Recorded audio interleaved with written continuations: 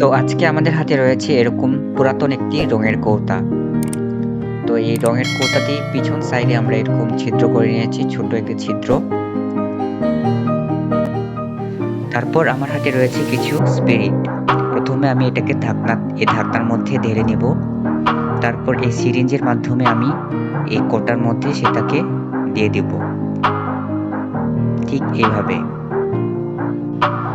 তারপর কৌটাটিকে কিছুক্ষণ এদিক সেদিক নাড়ালেই তৈরি হয়ে যাবে আমাদের ফাটাকা।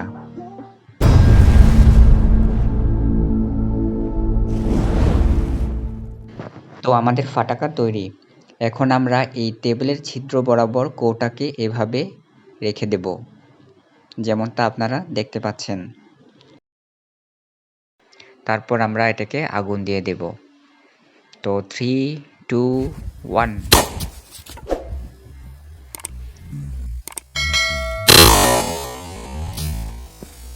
তো গাইস, ভিডিওটি যদি ভালো লাগে তাহলে অবশ্যই লাইক দিবেন, আর আমার চ্যানেলে প্রথম হয়ে থাকলে অবশ্যই সাবস্ক্রাইব করবেন। Thank you.